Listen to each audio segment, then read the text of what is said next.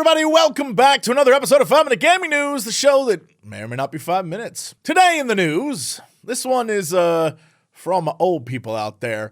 I don't know how well this story is going to translate to the youths, but here we go. If you're a fan of, or remember, the American McGee's Alice game series, well, I've got some tough news. It looks like after a lot of talk, Alice 3 is not coming out. And this information comes directly from the creator himself, American McGee. EA owns Alice, and they control it, he explained. If you want to do something with the IP, you are free to do that, just like you are with all other IPs.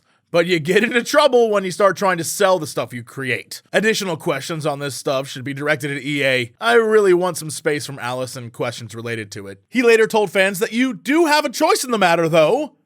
The choice to move on, which is really sad, but is honest and is real. I don't need to imagine what he's probably going through because I've been through it as well. I think a lot of people in entertainment or in industries where a lot of people follow them and are waiting for like the next thing, that sometimes that next thing simply can't happen right away, or something on a business side falls through or whatever. There's a million reasons. But if you have, say, for example, on Twitter, a lot of followers and they all have the same question, they all hit you with the same question over and over and over again, it's like death by 1,000 cuts. And after a while, you're just like, I just don't want to talk about it anymore. And I feel like that's the same thing here. McGee shared, we did everything we could as a team and a group of fans to convince EA to let this next chapter happen. EA decided to kill the project and the possibility of any future for Alice. So Alice's future lies with EA. EA, the company that it took a long time to convince them that single-player games were actually still something they should make. And now we're finally getting the new Dragon Age 4 as a single-player after they saw that Jedi Survivor did well.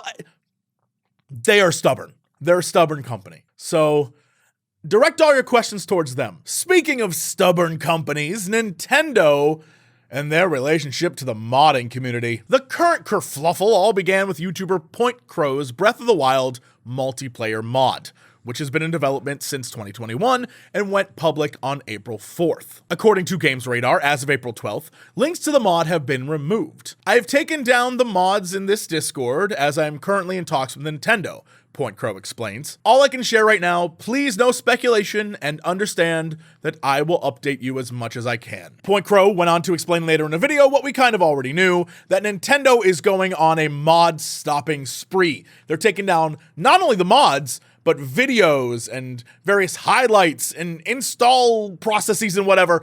They are not having it. Point Crow argues that while terms of service for Switch games prevent you from modding them, Nintendo's game content guides create a modified set of terms of service for content creators. And with that in mind, the videos themselves fall within Nintendo's guidelines. And that's a pretty good point, but at the end of the day, Nintendo do what Nintendo do. They are some of the absolute worst content creator relations gaming companies out there.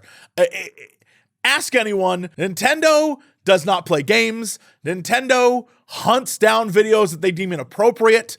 Nintendo comes for you online. We covered that story in the past about how a channel had collected all of these old Nintendo songs from all of these games, and it was the only place you could find them. Nintendo had no content out there that was official. And so, as a result, Nintendo took down the whole thing and has not released anything to like replace it because I'm not sure they even care. They are staunch protectors of their IP. And I'm not sure if this is a new thing or if it's something they learned over time. I have no clue. But currently, they are really hard about what is created in relation to their products. And a great example is the Mario movie. It took years and years and years to even get that going because for years and years and years, they were trying to change things about Mario. I don't know if you remember this, but for a while they were like, don't mention Mario's a plumber.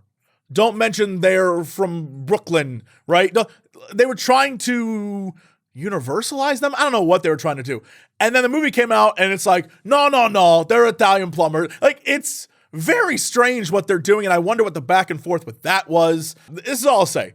Ask anyone in the YouTube space or just the streaming space or whatever about Nintendo and the problems they've had with them. And I guarantee everyone has a story. Even people working with them who are friends with them, I don't know if they'll tell you it, but they have a story. Anyway, it's Monday, so that means it's time for new releases. Tomorrow, prepare to get your craft on with Minecraft Legends.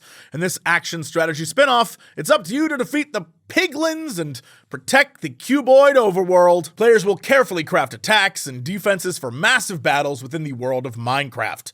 But you don't have to do it alone. Legends offers multiplayer co-op and competitive play. Honestly, I think we all know what needs to be done. A massive army of creepers. Let them rain havoc on all that stand in my way. Then on the 19th, Burning Shores, the DLC for Horizon Forbidden West arrives. Aloy has been sent to the archipelago that is the former Los Angeles in order to stop a machine threatening Hollywood and the rest of the world, which, no comment. Burning Shores promises a fresh and exciting setting, new characters, and even looks like Aloy is getting one of those far zenith wrist guns. You know me, I'm excited for this one, but I'm also excited to see what the future of where I live looks like, because in some of the trailers, there is some shots of like 5 blocks from my apartment. And then it's time to return to everyone's favorite late night fantastical coffee shop for hot drinks and dialogue with Coffee Talk Episode 2, Hibiscus and Butterfly. Craft special drinks and latte art to lo-fi beats while listening to the lives of urban fantasy Seattle locals. If you need a good, cozy, chill game after you finish your taxes,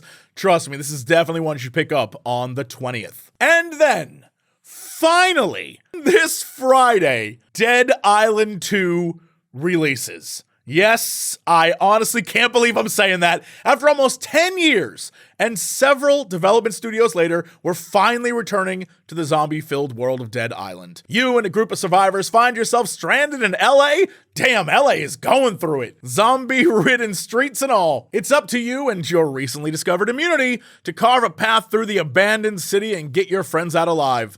This game looks gnarly and fun. Hell, I'll give it a shot since it's been 10 years. And I'm gonna go see what's going on with my apartment. I might as well. Anyway, that's it for the news. Thanks so much, and I'll see y'all tomorrow for another episode of 5 Minute Gaming News.